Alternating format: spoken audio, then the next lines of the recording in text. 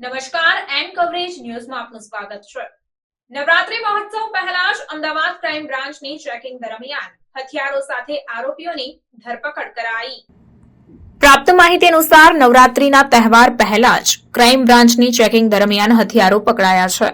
જી હા, બિલકુલ આપને જણાવી દઉં કે ક્રાઇમ બ્રાન્ચ દ્વારા હથિયારના 3 કેસ કરવામાં આવ્યા છે।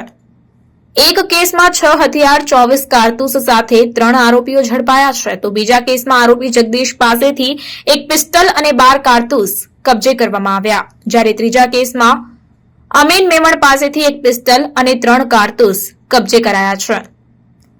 આ સાથે જ આરોપીઓ ગુનાહિત ઇતિહાસ ધરાવે છે। આરોપીઓ પહેલા પણ હથિયાર સપ્લાય કરાઈ ચૂક્યા છે। મધ્યપ્રદેશમાંથી 25 થી 30 હજાર રૂપિયામાં હથિયાર લાવતા હતા અને મધ્યપ્રદેશના માનસિંગ ચીખલી ગેંગ પાસેથી હથિયાર લાવતા હોવાનો ખુલાસો પણ થયો છે। ત્યારે આ બાબતે ક્રાઇમ બ્રાન્ચની ટીમ મધ્યપ્રદેશ જવા માટે પણ રવાના થઈ છે। આગામી સમયમાં વધુ હથિયાર સાથે આરોપીઓ ઝડપાય તેવી શક્યતાઓ અત્યારે સેવાઈ રહી છે।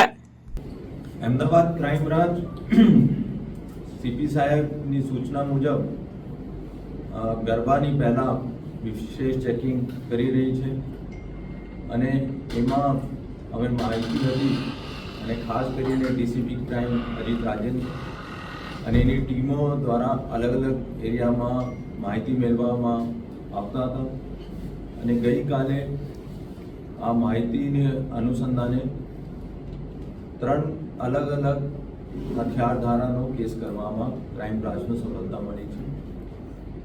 પહેલા કેસમાં 6 જેટલા હથિયાર 2 આરોપી સાથે અને 24 કારતૂસ સાથે ક્રાઇમ બ્રાન્ચે આ 2 આરોપીનો જેનું નામ છે કિશોર કુમાર પંચાલ, કાંતિલાલ બિંદુલાલ પંચાલ, જેનો કેકે પણ કહીએ છીએ, અને વિક્રમ કુમાર પ્રતાપજી પડિયાલ,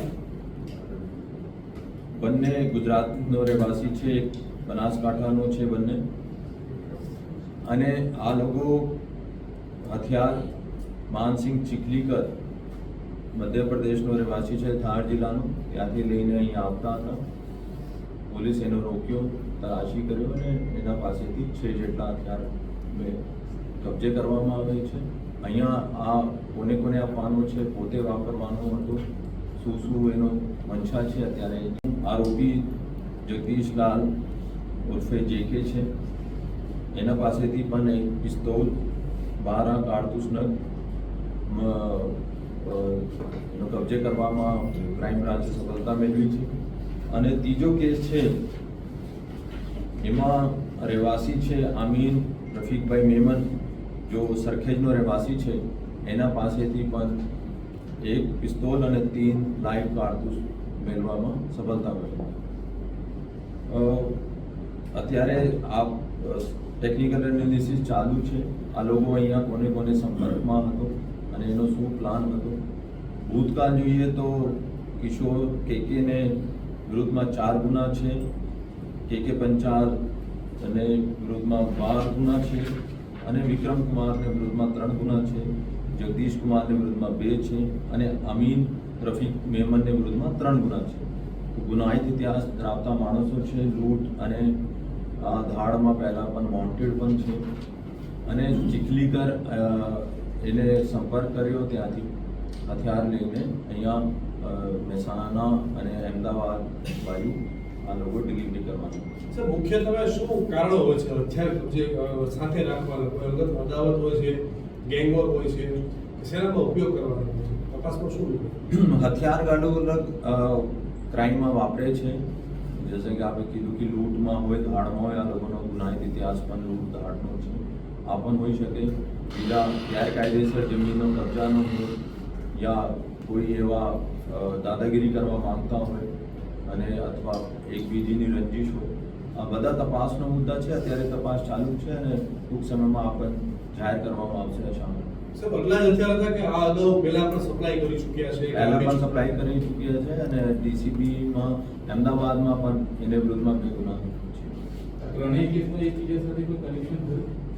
2માં મોકલવાનાર સેમ હતો, પર આરોપી અલગ અલગ છે। ત્રીજોનો નથી, ત્રીજામાં આરોપી છે।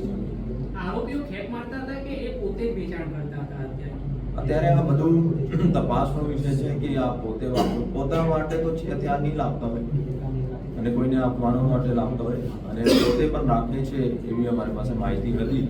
તો આ માહિતીની આધારે અમે જ્યારે ચેકિંગ કરી કોની પાસેથી લાવે, કેટલામાં લાવે, અહીંયા કેટલામાં વેચવાના હતા? અંદાજિત 25 થી 30 હજારમાં કહે છે કે ત્યાંથી લાવતો હતો અને અહીંયા કોને કોને મોકલવાનું છે, આપવાનું છે અને કેટલામાં વેચવાનું છે આ તપાસનો વિષય છે. અત્યારે બધું અલગ અલગ ટીમો એની તપાસ કરી રહી છે અને ત્યાંથી મધ્યપ્રદેશથી લઈને આવે. સર, આ મોકલનાર જે આરોપી છે મુખ્ય એને અમારી પાસે એની ઘણી બધી ડિટેલ્સ છે. અમારી ટીમ પણ મધ્યપ્રદેશ રવાના થઈ ગઈ છે અને મધ્યપ્રદેશ પોલીસનો પણ અમે સંપર્ક કર્યા છે અને ટૂંક સમયમાં આ પણ આરોપી અમે મળી જશે. સાહેબ, એવો એક બનાવ સામે આવ્યો છે કે આ ગેંગના જે લોકો છે અલગ અલગ કેસમાં એમાં કોઈ જમીન ખાલી કરાવવાના હોય કે કોઈ પણ જગ્યાએ લૂંટ કરવાના હોય કે ધાડ કરવાનો હોય એવું કંઈ પૂછપરછમાં સામે આવ્યું છે કે અહીંયા કરવાના હતા કે જવાના હતા? અત્યારે તો એવા કોઈ ચોક્કસ કે આઈ મેટર ઉપર આ વેપન મંગાવવામાં આવે છે અત્યારે આ નથી. પણ હું આપને કહું છું કે અત્યારે કોર્ટની પ્રક્રિયા રહેશે અને રિમાન્ડ લેવામાં આવશે ને રિમાન્ડ પછી અમે ટેકનિકલ અને માહિતી આધારે કે આ કોને કોને આપવાનું હતું અને કારણ શું હતું અને ક્યાં વાપરવાનું હતું બધું 1-2 દિવસમાં ક્લિયર થઈ જશે. સર, એ 6 સાથે પકડાયા છે, એમાં એમનું મોટા ગુનાઓને અંજામ આપ્યો હતો. બેકગ્રાઉન્ડ શું છે છે ને બંને આપનો જો આરોપી કિશોર કુમાર ઉર્ફે કે પંચાલ છે આ 394 બનાસકાંઠાના ધાનેરામાં પકડાયા હતા. પછી મોટા ગુનામાં સાબરમતીમાં ગરફોડમાં છે. આર્મ્સ એક્ટ અમદાવાદ ડીસીબી 2021માં પણ પકડાયા હતા.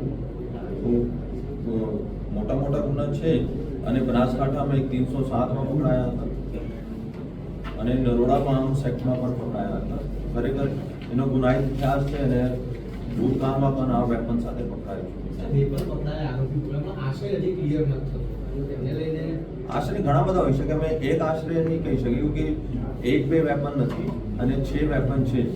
એ ખરેખર અહીંયા કોણ માંગવાનાર છે, કોણ છે, આ બધું ટેકનિકલ ડિટેલ્સ અમે અત્યારે કરી રહ્યા છીએ.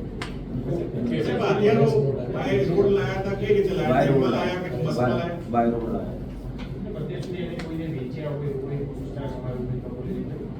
નહીં, અત્યારે અમે કહી નહીં શકાય જે ક્યોંકિ વેપનનો કેસ છે. કોને ઘણા બધાનો પૂછપરછ ચાલુ છે. જો એને સંપર્કમાં હતા તો પુરાવા મળશે તો પછી અમે कुछ આગળ કરીશું.